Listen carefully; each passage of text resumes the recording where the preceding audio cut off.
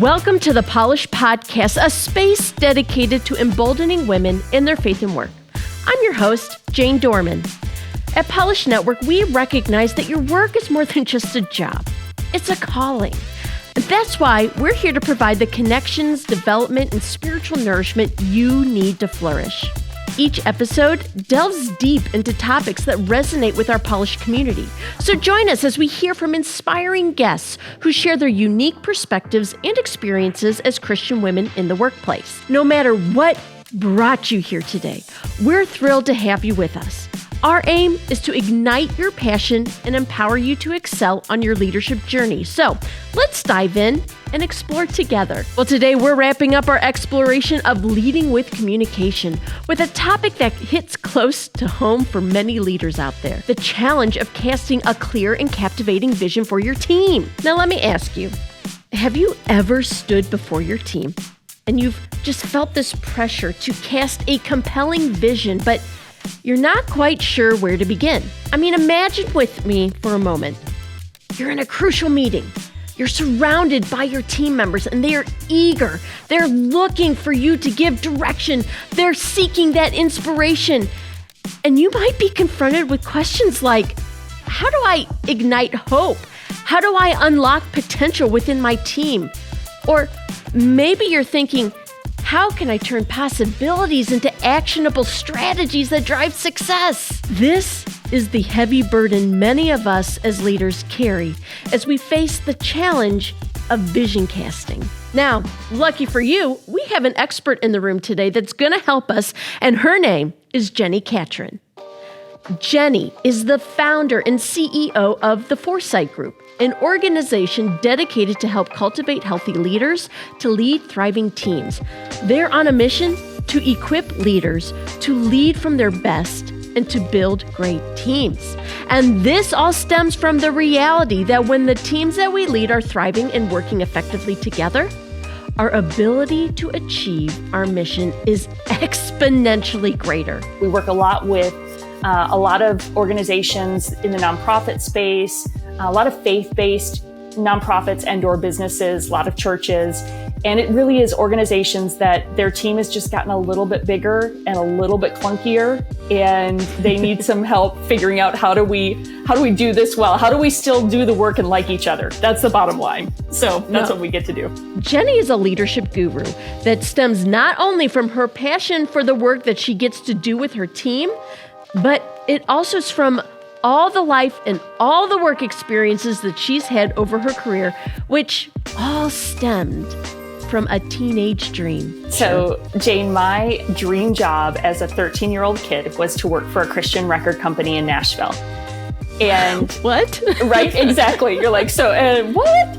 But seriously, I grew up in a small town in northern Wisconsin. So I am like Midwest kid, small town, and survived on Christian music in the 90s, right? Like yes, that was amen. our world. Yeah. That was me. And I loved music, but I knew I wasn't talented as far as like being a professional singer or in a band or anything like that. Like I knew that wasn't the trajectory. But I saw, this was back when we had CDs, in the back of the CD, there was this company called Forefront Records in Brentwood, Tennessee. And I was like, I want to work for them. And sure enough, I went to school in Tennessee for college. I got an internship when I was 20. So I had my foot in the door. It turned into a part-time job. It turned into a full-time job. So by the time that I was 21, I was living the dream. Like I had landed a job in my, I'd landed my dream job. I had no idea what it really was. Like I didn't really know what we did in this building that helped make music possible, but I absolutely loved it. And it was just fantastic. And then on top of that, it was a great organization. I mean, phenomenal organization, amazing leaders. Some of my best friends to this day are people that I met from that company in those first few years. And so I had this just extraordinary experience in my first job. Fast forward, we went through a corporate merger and I went from one day loving my job to the next day hating my job because they merged us with another division and it was a completely different scenario. At the same time, my husband and I were helping plant a church in Nashville. And I was invited to come on staff as the executive director. So the church was growing really rapidly. They needed somebody who could think strategy, oversee the team, help with the day-to-day operations. And the elders and the pastor said, hey, we think you'd be great for this. And I thought, me, what? What am I doing in ministry? My goal is to be a record company CEO. Like that dream job is still over here, even though, we'd gone through a big corporate merger and it was not nearly as fun. But as God does what he does in our lives and our stories, it became really clear that this was the right next step. Mm-hmm. So I spent the next 9 years working for the church we were a part of. We grew from, I think I was employee number 5.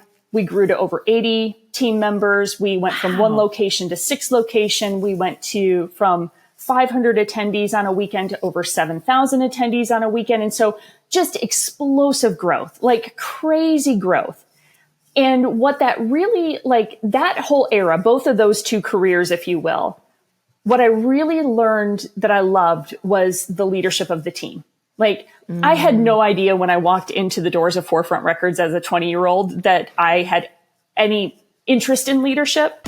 Sure. But I quickly discovered that I actually just was extraordinarily passionate about it and loved how when I got to work with a team, draw out their giftedness, help them align around a goal, like how fun it was to watch a team just be unleashed to do good work.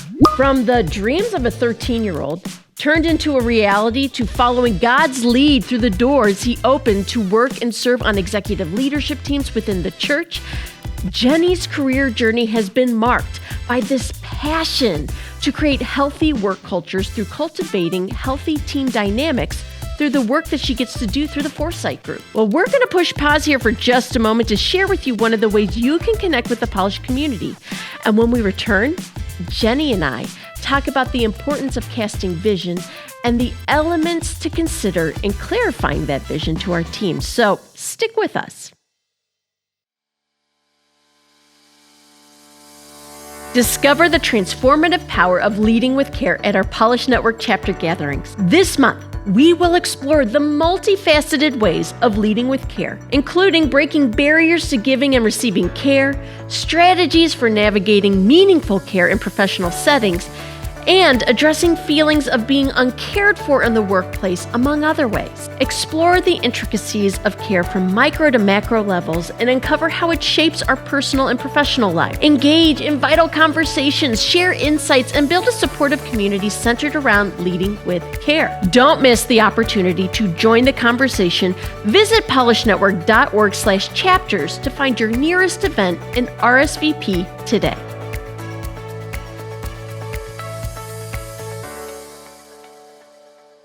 As leaders in the workplace, we're tasked with guiding our teams towards success, a challenge our guest Jenni Catron is passionate about pursuing through her work at the Foresight Group. Now, the weight of this responsibility, it's immense, yet it's often clarity of vision that sets exceptional leaders apart. So why is it absolutely crucial for a leader to not just have any vision, but a clear, compelling, and inspiring vision for their team? The thing that stands out to me in vision is how much it helps us, how much it paints a picture for the future.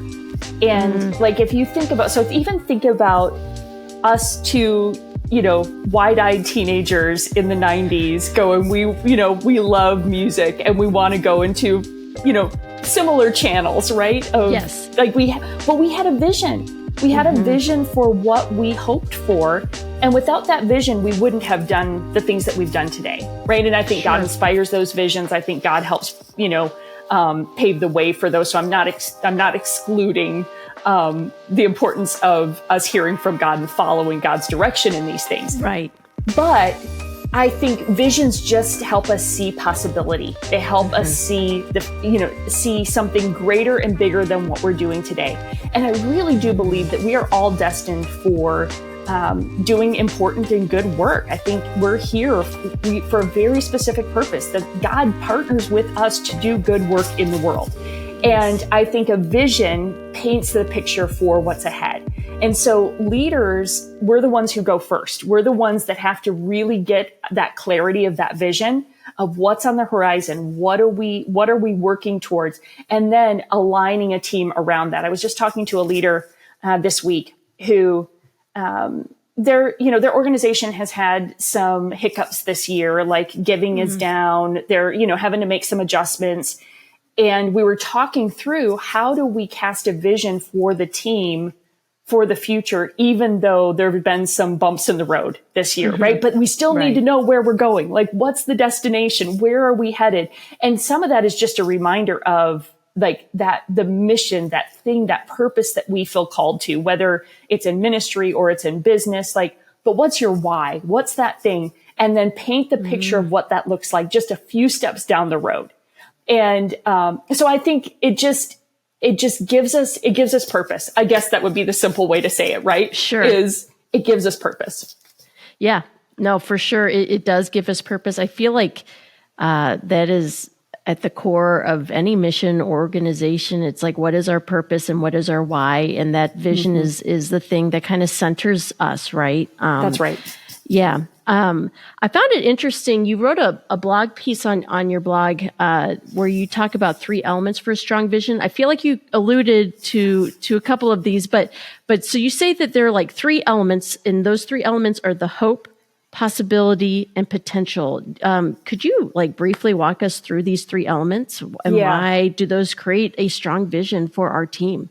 Yeah, I was tempted to like dive into all 3 of those, because it's just like they all go together. Exactly. Right. But so I remember, so let me give you a story on this. I was on a mission trip with one of the organizations that I was a part of, and we were actually in India, and we were there helping in, different, impoverished areas in different communities. And we would walk into the community, and it was like everybody's eyes lit up, right? Like everybody in the community, because we were there with a local organization. So it wasn't like we were the Western heroes coming in. It was like we were there with the local organization who was there regularly helping serve and support the community. And so we're there with them, and we walk in, and everybody's eyes light up, and like and what they had was hope. Right? Like what they had was hope. They saw that somebody was there to help. Somebody was there to help, support them, equip them, resource them, etc.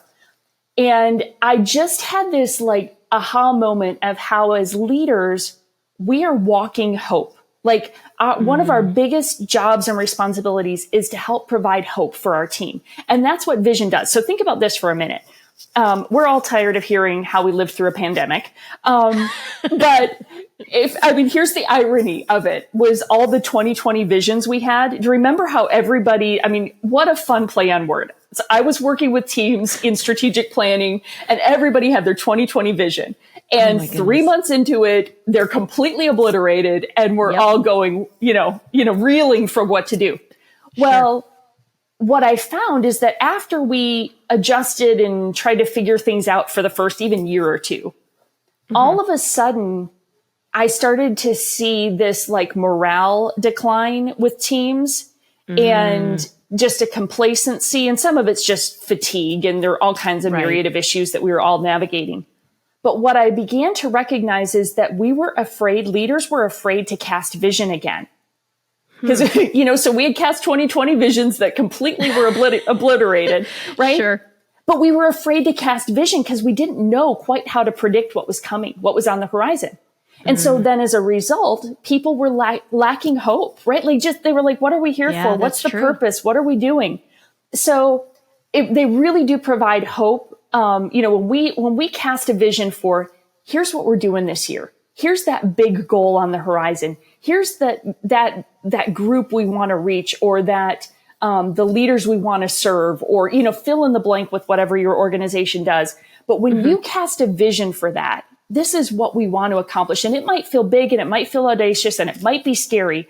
But when we cast the vision for that, we see hope, and that we're like, okay, this is why, this is our purpose. We see potential in that. Oh, you mean that I could be a part of that? You mean that I could contribute to that I'm going to be able to give my best time, energy, gifts, and talents to help make this possible? Like, I get to be a part of that. And possibility goes hand in hand with that, right? Of like, oh, is that possible? Can we do that? Can we really achieve that big, crazy goal? And so that's the power of vision, is it helps teams kind of know their rallying cry. Like, this is what we're shooting for. And yes, we know the mission. Yes, we know why we do what we do. But now we've defined a target with a vision to say, and here's very specifically what we're going after this year. And I can get my head around that. Like, I can get excited about that. So that's why I think hope, potential, possibility are just some of those things that we are giving to our teams when we cast that vision. Yeah, I totally agree. And I feel like, I think I said it earlier, like just this whole idea of how like this vision centers your team and like you get excited together. And when you're all on board, it's like you just want to like go for it, and gal, thank you for bringing up 2020. That totally is, well, what do we call it? The dumpster fire year, just, right. And looking back at 2020 with things like the visions, like, yes, you're right. We had our goals going in and things were going great until March happened. And then that's when everything just kind of exploded and everything went to pot a little bit with our goals. But what I found interesting in that season, and for me personally, I felt like I was in a season of just kind of observing, as many people were. But I was, we had just had my daughter.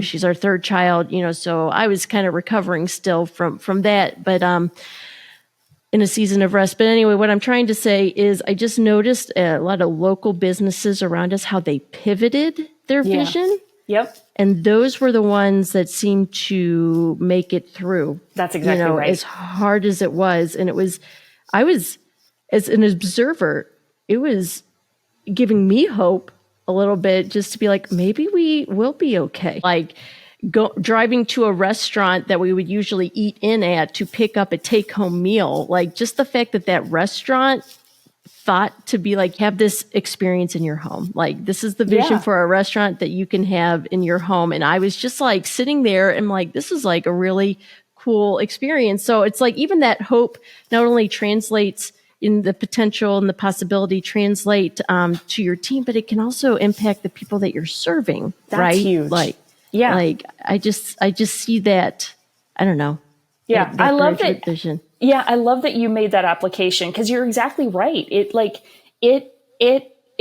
ripples out, right? Like it's like, gosh, that's inspiring. Right? Like that's wow, you're actually showing me there might be a way forward, Yeah. Like, cause I remember thinking the same thing. It was like, oh, I got actually a little energized by watching some businesses make quick adjustments and go, okay, well, let's find another way, Yeah. Let's, how do we do it now? And that's a bit of what I've been doing in coaching and encouraging some of the leaders that I serve now, is the ones that have been a little slow to kind of recast a vision of, it might not be perfectly right, but like the hope, potential, possibility that you communicate, again, like you said, both to your team, but also probably to your customers or clients. It's like that, like there's just a lot of power in that. There's momentum in that, right? Because it's like, we all want to be a part of something that we feel like is making a difference. And so casting that vision to help us see that there's hope, again, that hope word, I think, is just such a big piece of the puzzle. It really is. And I just, like I have such respect for those leaders who are trying to cast their vision, really leaning into, especially as Christian leaders, right? Leaning into like where God is stirring in our hearts, planting those desires, of what, his vision is, which is way bigger. Way bigger. I have learned throughout the years, than I can ever imagine is possible. And so we, alluded to like, 2020 trends and just being scared to cast vision within this time of uncertainty. Recently, in the work that you're doing, are you noticing any trends in leaders now, currently? Like what trends are you noticing when it comes to casting vision? I am, like I mentioned earlier, I noticed like there was a little hesitancy for a little bit, but I've definitely seen people getting, more, just starting to feel more confident and more comfortable casting vision again of like, okay, here's where we're going. Now, what I am also noticing is that I feel like leaders are a bit tempered with their vision. There's just a sense of overwhelm that employees still feel. Okay. I was going through some data even this morning from Gallup about hybrid work. And so there's still these effects that have shifted how like the energy in organizations that is still really interesting. And I think it's like, what does that have to do with vision? Well, I think leaders are trying to figure out, how do I cast a vision that isn't too big or too grandiose or too overwhelming for my team? So the trend I'm seeing in leaders is they're trying to thread that needle of, casting a big vision that, you might remember there a handful of years ago, there were some books around,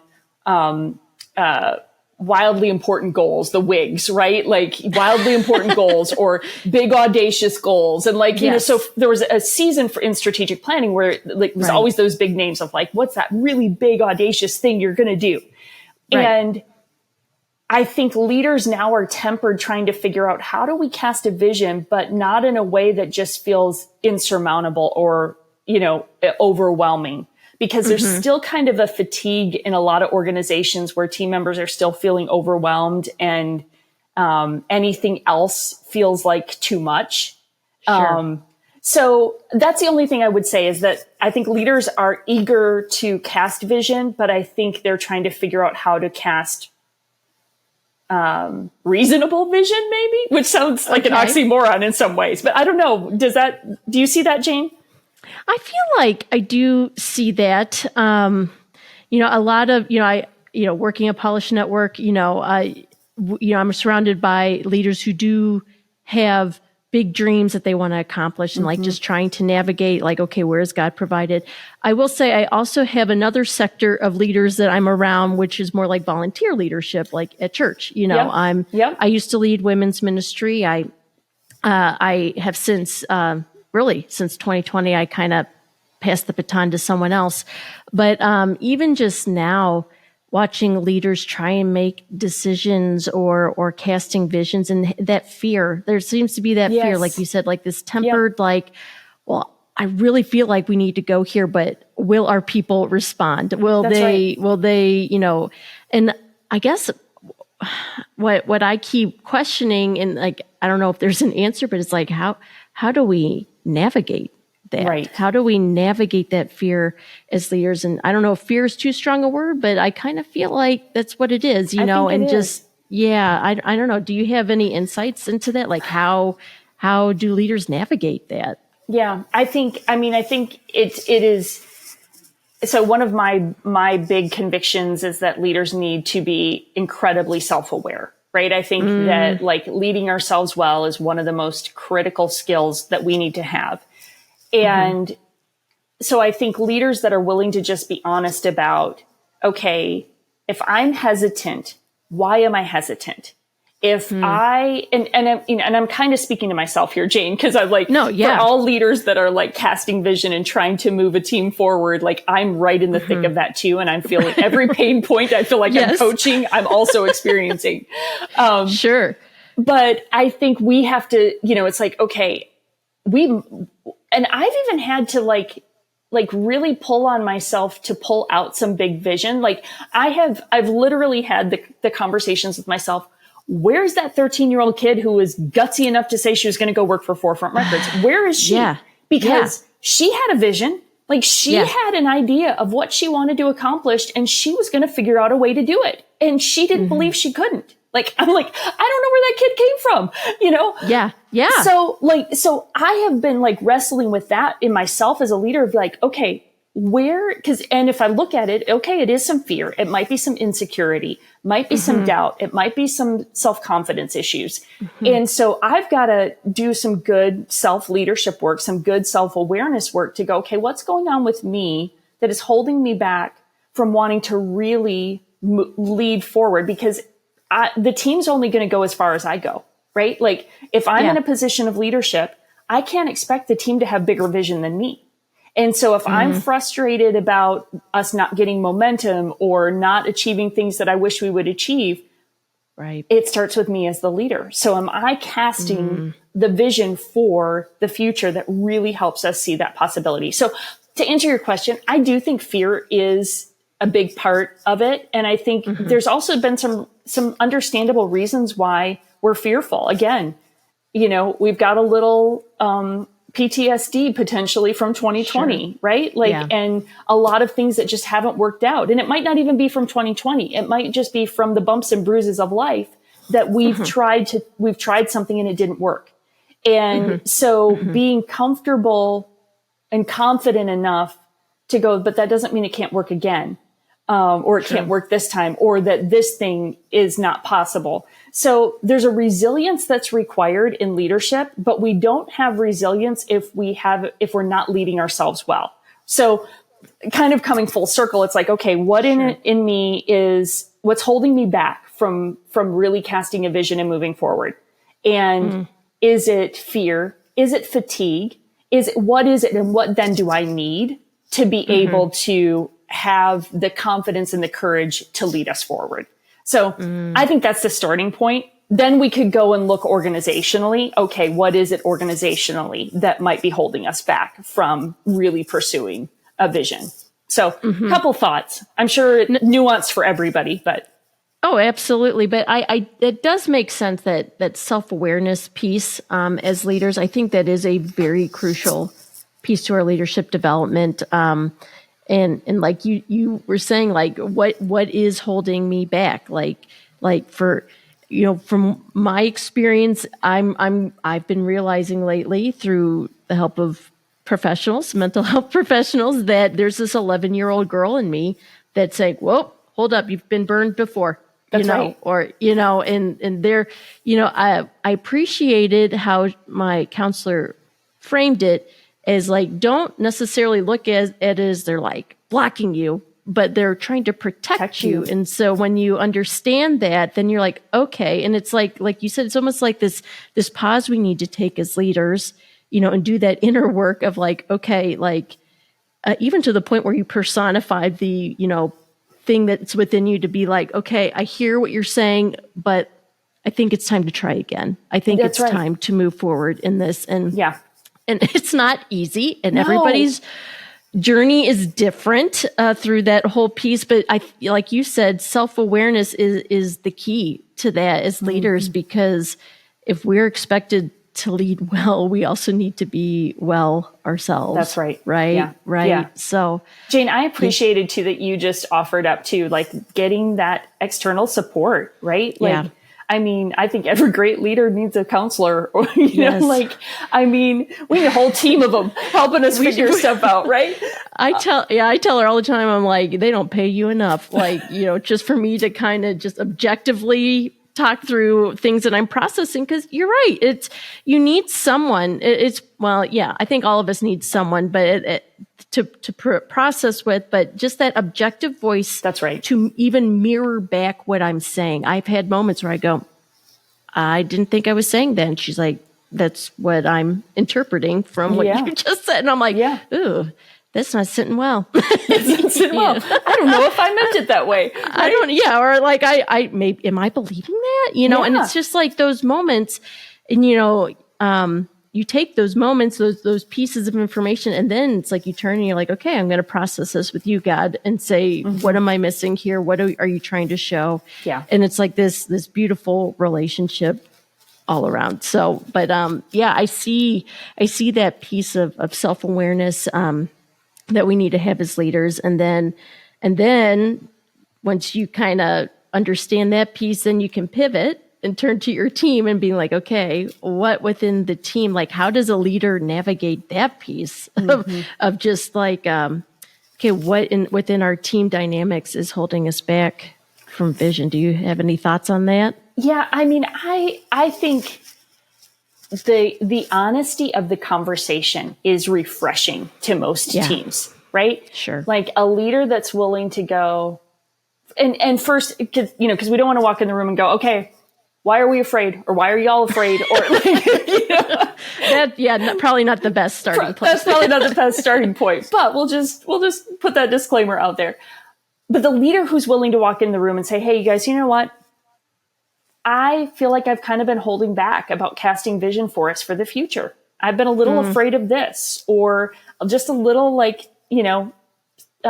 just fearful of, whether it will work because we've just had a hard couple of years, or, whatever the story might be. But the authenticity to walk into the room and just be honest about where you've been. The important thing for us as leaders is we're not asking for them to just wallow in it with us. We're sharing it for the purpose of saying, but here's the hope piece, right? Here's where I've gotten to, and here's what I potentially see for us. But I want to hear, what do y'all see? What have you experienced? What have you noticed in these couple of years that maybe even as a team, where do you feel like we've been holding back, or maybe we've played it safe? So I think a couple of really well-crafted questions can help just spark the conversations that get the team talking.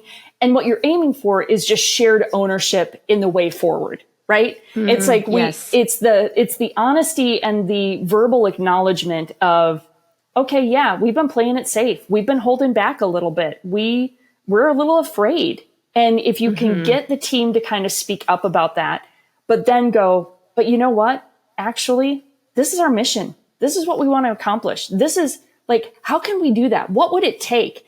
And the energy shift that happens in the room when you start to go, what if, becomes really fun, because now you're not doing it alone, trying to figure it out in isolation. You're doing it with a team, and the strength of the team and the confidence that you get from a team saying, but wait, what could we do? What could that look like? What is possible? That starts to get really fun. So that's what I do if I were just kind of jumping in the room today and going, okay, let's diagnose this. Where are we? And where do we want to be?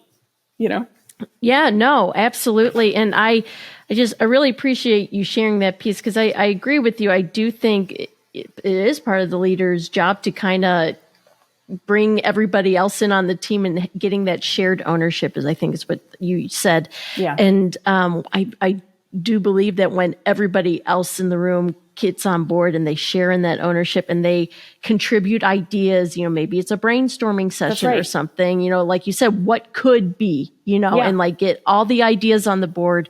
And man, I don't know, I'm getting excited just talking about it, because again, this is my wheelhouse. This is my most favorite thing of the process is there's no bad ideas. Get it on the board, who cares about details? And then everybody I feels like they're heard. Totally. And then when they feel like they're heard, they feel like they're seen, they feel like they're part of something, and that's excitement just starts to brew. And man, I could talk about vision all day. It's so good. It's so good. And again, there's that hope, possibility, and potential, right? Yes. That's what it sparks in us.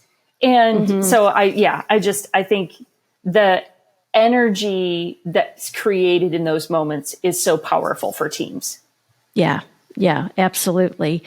I have one final question for you in this piece of our show. It's shifting gears a little bit, but it kind of relates to what we've been talking about. I've been one of the other blog articles that really captured my attention on your website is the 6 Bs of communication. Yeah. You said something in the article to the effect of, if everything rises and falls on leadership rises and falls on communication. And I was like, man, that's such a great connection to this theme of leading with communication. Yeah.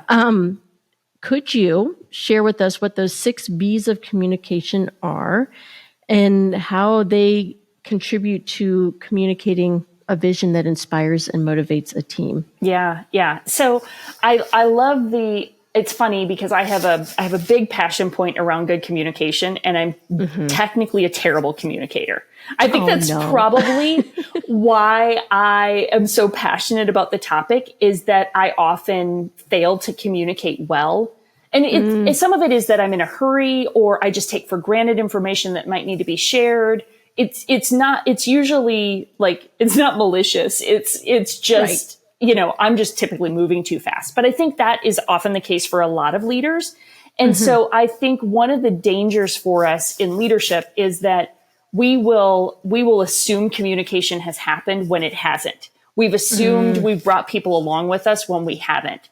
And so when I wrote these 6 B's of communication, it was really from that mentality of like, okay, what do I need to remember to ensure that I'm being intentional in how I'm communicating and what I'm communicating, and especially when we're talking about vision, because the danger in communicating vision is we need to make sure we're really being clear about what the direction we're setting. And we need to really make sure that everybody has a good understanding of that. So let me give you the 6 B's that might spark some more conversation or questions around it too. But the first one is be a good listener.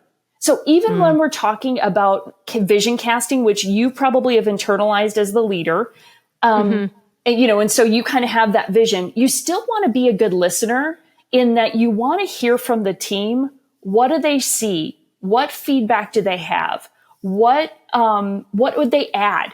What do they, what do they notice from their role or their responsibilities and how that would help shape the vision? It might even give you a little more context and a little more understanding of how to cast that vision well.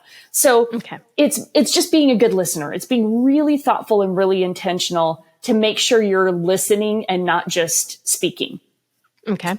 The second one is be self-aware. So we've talked about that already quite a bit, but as leaders, being self-aware, and especially with communication, being self-aware of how people are experiencing you when you communicate. Are you hard charging and you're like, you're just communicating that vision with such big enthusiasm, but you're not attentive to the room and like how people feel about it. Do you have just good self-awareness on your style and how it's received, and if they're understanding or they're hearing it, like being very aware of how are people experiencing you when you're casting that vision or when you're communicating.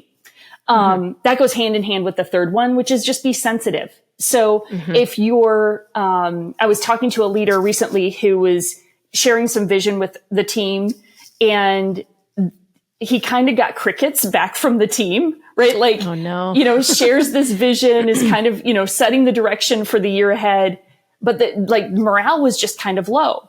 And so what he did is he just kind of backed away from it. And, we're on our coaching call and he's trying to process it with me. And what he did in that moment, you see, he was being sensitive. He was being sensitive to the fact that I don't think they're receiving this the way I hoped they would receive this. So he chose to regroup before he re-engaged, so then he kind of circled back to I need to listen more. I need to think through how did I communicate that? What did my energy communicate intentionally or unintentionally? So that being sensitive of how are people receiving this?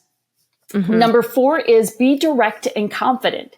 So this might sound almost like it's in conflict, but if you've been a good listener, you're self-aware, you're being sensitive, then you want to communicate a vision with confidence, because people don't want to wonder if you believe in the vision, right? They need to know you believe in the vision. So these things are working hand in hand, but at the same time, you're the leader, you're responsible.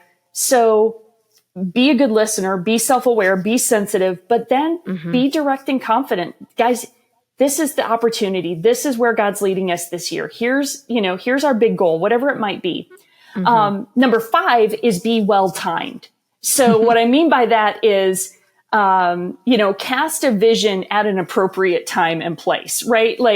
I'll give you another example, an organization that just had to make some pretty significant budget cuts. And, they can't turn around and cast a big vision for a big initiative when they just had to do some layoffs, it's because those things might not feel congruent. So it's just being thoughtful around what's the right timing of this vision, whatever this scenario might be. And then the last one is just be you, in that sometimes we can have a tendency to think we need to be stylistically like another leader that might be bigger and gregarious in how they communicate. And if that's not you, don't try to be that, because it's going to feel inauthentic. Like, yeah, deliver that vision cast, communicate that in a way that is authentic to who you are. If you're super creative, be super creative and have fun with it. If you are, I'm more linear and I'm more like, give me the 6 B's, yeah. I'm gonna give you the bullet plan, Yeah. Now I might get somebody else involved who can be more the fun and creative one, because I know that also is meaningful to people. But if I try to be stylistically something that I'm not, it's going to fall flat. It's hard for people to trust the vision if it doesn't feel congruent. So right. Be you, be the leader that you are, and communicate that congruent with your style and your natural delivery. It doesn't mean that we don't stretch ourselves sometimes and develop new skills, but just be congruent with who you are. That's so good. It feels like such a well-rounded leader, just listening to you talk through each of the points. And, the one, that stuck out to me the most, I think, was the whole be direct and confident. Because I think especially as working women, that's a lot of who our audience is, I think that's a big struggle for women leaders, because to be quite honest, sometimes being direct comes off as you're being bossy. And it made me think of, we had Peggy Bodie on a couple of weeks ago on the show, and she had shared, how did she phrase it? Don't think that being direct means you're unkind. Yeah, good. It's being direct is clarity, like you said. It's this reframe that I think we need to make in our minds. But then, as women, maybe who struggle with this, working women leaders who struggle with being direct, being confident because they are the leader of this team, own it. That's right. Maybe there's a listener who's listening and thinks, okay, that sounds great, but like how can we navigate this piece that can often feel so messy sometimes? Yeah. Yeah. I love that you highlighted that and pointed that out, because it also, kind of like I said, it feels in conflict to the other skills of be a good listener, be sensitive. And sometimes we will only hear those, and we will diminish the being direct and being confident side. And there might be a reason for that. We might have gotten some criticism. We might have gotten, accused of being some of the B words. And because that has happened.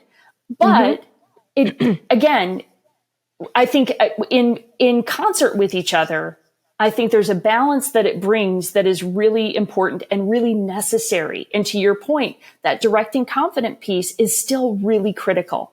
And, and so don't diminish that. Just, let that be a part of your delivery as a leader. And if it's in concert with the other things, I think people get the best from you at the end of the day. I think, again, they want to follow a leader who believes in what they're doing. And that's what we communicate when we're direct and confident. No. And what I hear you saying is just that it's that reframe of our mindset around this idea of being direct, because being direct is being confident, in the sense that I don't know, when I'm on a team and there's a leader on the team that's not me, I want to know that our leader is going to, set the vision, set the course, and I'm on board, let's go. But if that leader's wavering a little, or I've even been on some teams where they say there isn't a leader, and I'm like, well, that's a lie. But okay, I kind of would be like, no, you're the leader, own it. Right. And I guess that might be a pet peeve of mine. But anyway, I see that. I see the importance of that. We need to step into our leadership. We need to be self-aware and aware of our team, and own it. Be confident, be direct, and be kind. All the things. And I think that will come through, especially if you're so passionate about the vision that you're setting and where you're going with your team. Time for a quick breather, and we've got something special for you during this break. Exciting ways for you to join the Polish Network. When we return, we're going to unveil more about Wonder Woman herself, Jenni Catron, in our Ask Me Anything segment, so stay tuned. Recent reports indicate that isolation, loneliness, and lack of leadership growth opportunities weigh heavily on working women today. And these are just some of the many reasons why the Polish Network is on a mission to embolden women in their faith and work. And we invite you to join us as a Polish partner. Visit polishnetwork.org/give and help us ensure a steady foundation for women to find the vital community they crave, the professional development they deserve, and the gospel they need.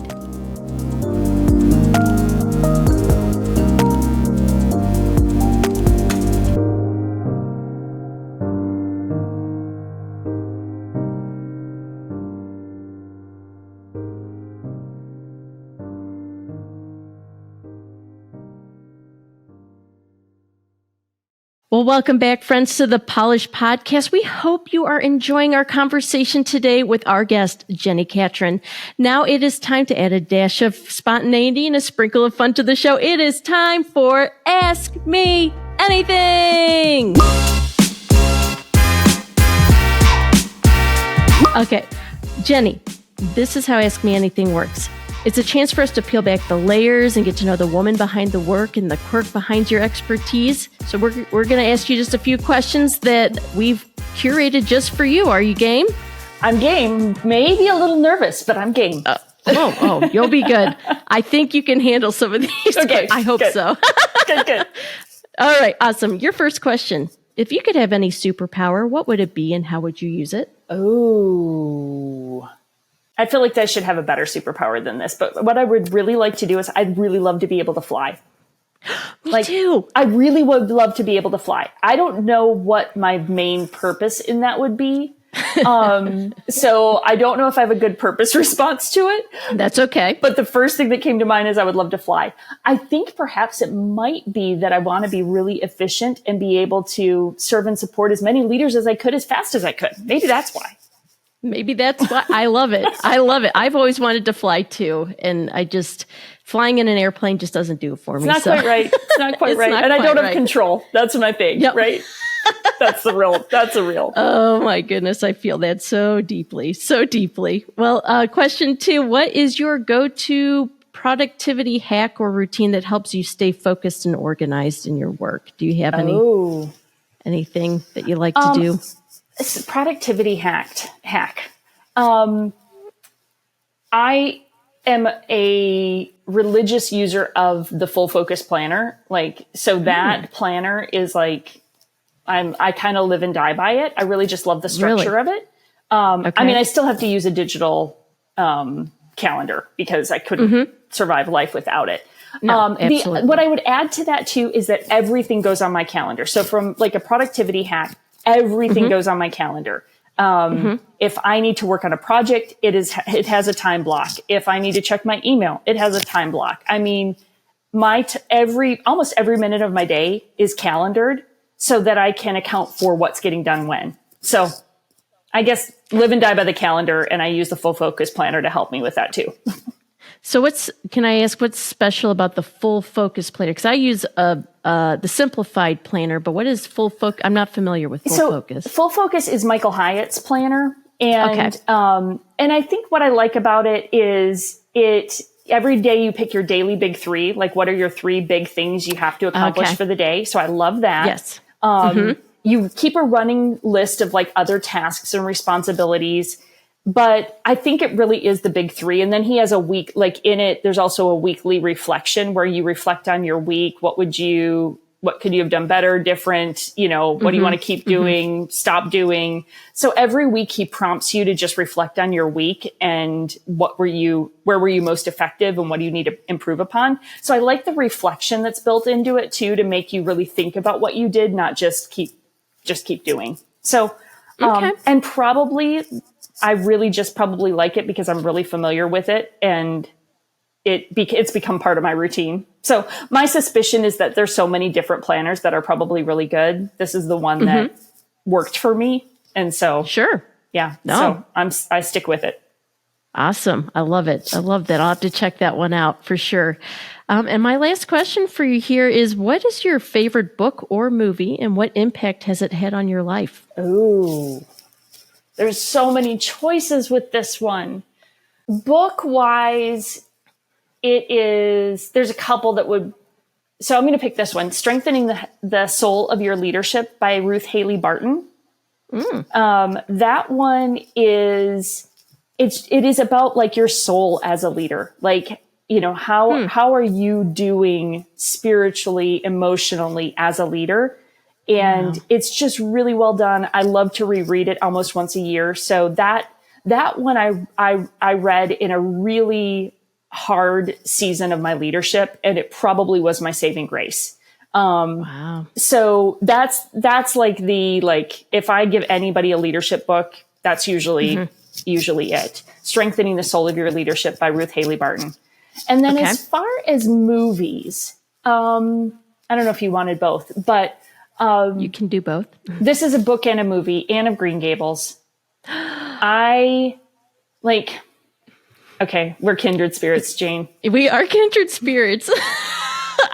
You just breathed new life into me. I love Anne of Green Gables. I love Anne of Green Gables. I love the books. I love the movies. I didn't love the new Netflix series as much as the originals. I wasn't too into that. It wasn't quite right. But yeah, there's so much about like her spunkiness, but then her, being an orphan and her resiliency in some of the stuff that she's navigated, and her creativity and the dreamer in her. And so, I mean, all of it. I'm Jenny with an I because of Anne with an E, Oh my goodness gracious, Jenny. I love it. I love it. Oh my goodness. Well, thank you so much for sharing a little bit more about yourself with us, Jenny. And here's the thing, friends, we want you to be a part of the conversation too. We want your questions, your curious musings, your wild wonderings about our guests. So if there's something you've just always wanted to ask, now's your chance. You can learn more about that by going to our website at polishnetwork.org.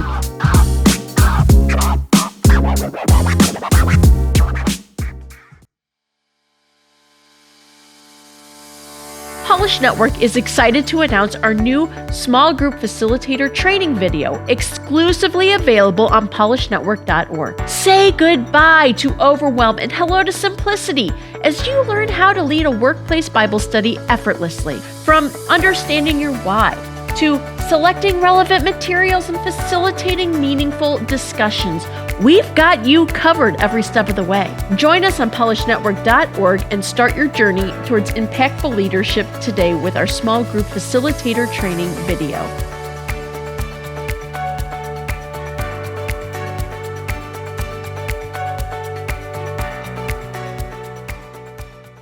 So we talked a lot, Jenny, about casting vision and how to be self-aware as leaders. But I've been thinking about the person who might be on a team where they're not necessarily the leader, but they have a leader who might be struggling to cast vision or communicate well. And maybe they're experiencing confusion on their team and there's just not a lot of clarity. Are there any steps that team members can take to influence and contribute to the communication and the culture of the team, even when the leader's facing challenges of casting a clear vision?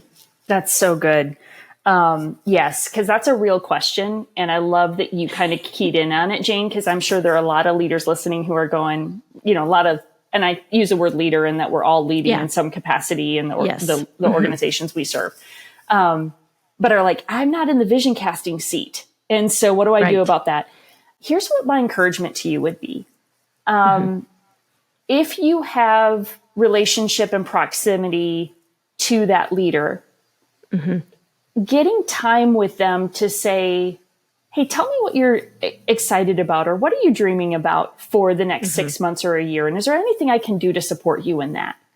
That can be a really interesting conversation, because what might be happening is your leader might just be overwhelmed with whatever they've got going on, and maybe they just haven't talked about it, or they might just be discouraged and they're struggling for that sense of vision and direction. And your question, framed in a healthy way, could be a point of encouragement. It's not a go in there and go, hey, I need a vision. What are you planning to do? But it's more of, hey, what are you excited about? What are you dreaming about? what do you hope for in the next 6 to 12 months? And anything I can do to support that or champion that. So that might spark a really helpful conversation. But even if that's not possible, I think sitting down with the question yourself and going, okay, inside the parameters of my role and responsibility, what am I looking forward to? What can I do?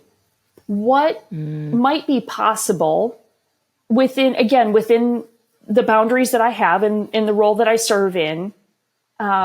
What might I be able to do that I could get excited about, and therefore I could help the rest of the team get excited about? What about our mission is just really compelling? And could I just remind us of stories and remind us of why we do what we do? So maybe I can't say we're going to, reach 10,000 people through our podcast this month, because I might not have the agency to do that. And it might not be what our leader wants to do. Sure. But I can say, gosh, guys, we get the privilege of doing X, Y, Z.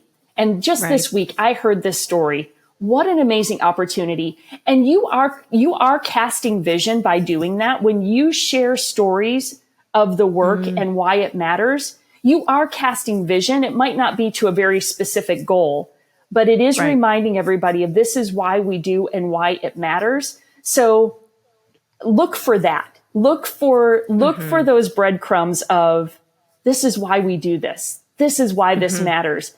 And just share that with your peers or your team members, and even to your leaders. Like, lead up by sharing hey, this week I heard this story, or I had this customer reach out and just say how grateful they were. I thought you'd love to read it. That can be so inspiring and so motivating. And so those are little ways we continue to help cast vision, even when we are the ones setting the big, audacious vision. Yeah. And I think that's so good. It's just another reminder that even though they're, maybe the decision maker, leader on the team, and then your team members, like everybody in some aspect is leading, let's kind of own that piece. And I think that's just the importance of community. The community can remind us, maybe if you're the one that's lacking hope, maybe it takes that story someone shares on your team to light that flame again, to see the possibility and the potential, like we were, circling back to with vision. So, gosh, Jenni, I just really appreciate your perspective. I'm so appreciative of you coming on the show today, and I'm really excited that you are going to be one of our speakers at the Boldly Conference this October. Too. Yes. Are you in a position to give us a sneak peek as to what you'll be talking about, or can you give us any insight? I was trying to think that through. I don't know if we've settled on it 100%. Okay. That's okay. But I mean, I have a feeling it is going to be somewhere in the vein of either self-leadership or how to lead teams effectively. So I should have been a little more prepared on that one, Jane, but it's going to be fun. I'm excited about it.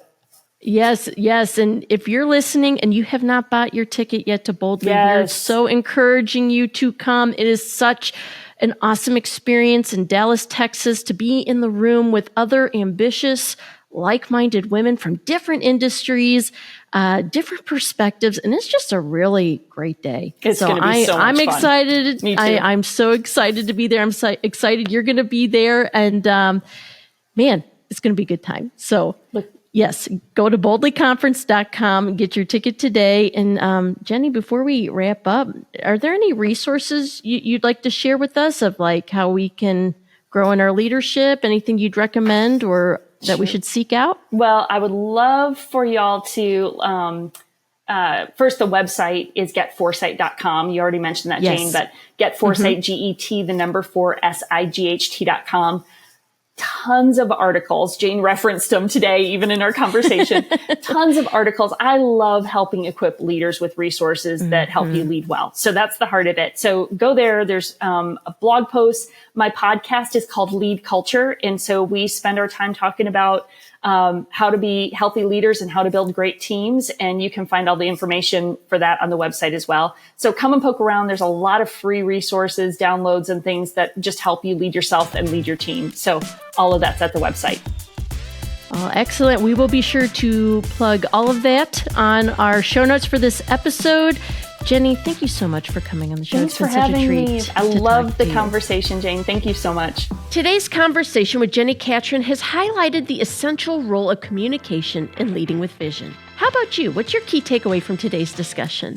Because when you think about it, leading with communication means inspiring and aligning a team towards a shared vision of hope, unlocking possibilities and tapping into the full potential of each team member through clear and compelling messages.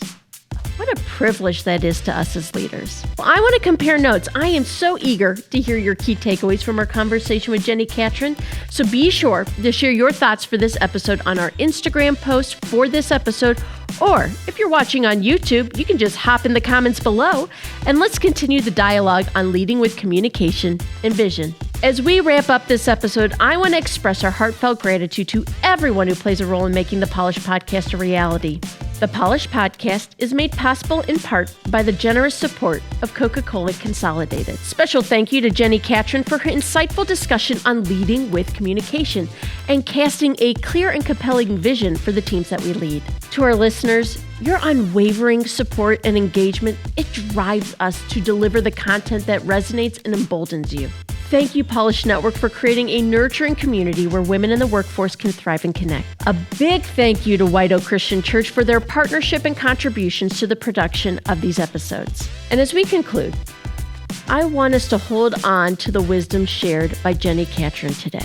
I think visions just help us see possibility. They help us see see something greater and bigger than what we're doing today. Well, stay connected with us on social media and our YouTube channel. Don't forget to like and subscribe. Please take a moment to rate and review the Polish Podcast on Apple Podcasts and Spotify. And my friends, until next time, this is Jane Doerman signing off. Keep moving forward and stay emboldened.